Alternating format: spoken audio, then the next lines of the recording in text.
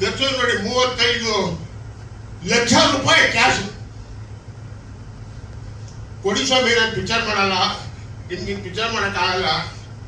ನೀವು ಜೈಲಿಗೆ ಹೋಗ್ಬಿಟ್ಟಿದ್ದೀರಾ. ಜೈಲಿಂದ ಬಂದರೆ ನಿಮ್ಮ ಜನ ನೋಡಲ್ಲ. ಸರ್ ಸಿನಿಮಾ ಅಂದರೆ ಡ್ರಾಮಾ ಅಂದರೆ ಕಲಕಲ ಇರೋ ಸರ್ ಹೀರೋ. ಅವ್ರು ರಾಜ್ಕುಮಾರ್ ಮನೆ ಬುಟ್ಟಿಗೆ ಬರ್ತಾ ಇರಲಿಲ್ಲ. ಏನಕ್ಕೆ ನಾನು ನೋಡಬಾರ್ದು? ಯಾರು ಜನ ಸ್ಕ್ರೀನಲ್ಲಿ ನೋಡ್ಬೇಕು,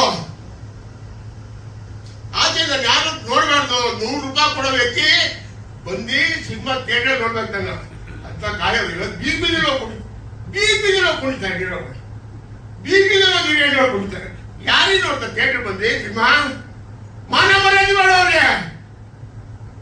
ನಮ್ಮ ಹತ್ರ ದುಡ್ಡು ತಗೋತಾರೆ, ಅಲ್ಲೋ ಟಿವಿ ದುಡ್ಡು ತಗೋದ್ರೆ ಏನ್ರಿ ಅದು ಅನ್ಯಾಯ?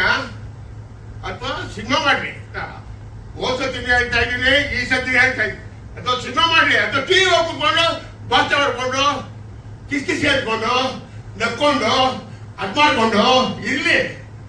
ಸಿನಿಮಾ ಮಾಡಿ ಪಡೆಯೋರು ಯಾಕೆ ಹಾಳು ಮಾಡ್ತೀರಾ? ಯಾಕೆ ಹಾಳು ಮಾಡ್ತೀರಾ?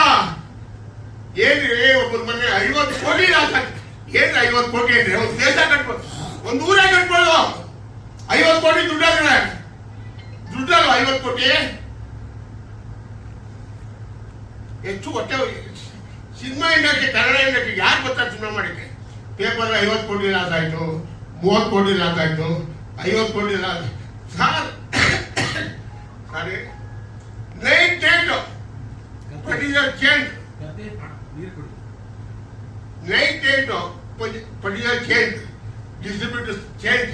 ನೈಟ್ ಯಾವ್ದಾದ್ರು ಕಾಲದಲ್ಲಿ ಕೇಳಿದ್ರೆ ಸ್ವಾಮಿ ನೀವು? ಇವತ್ತಿನ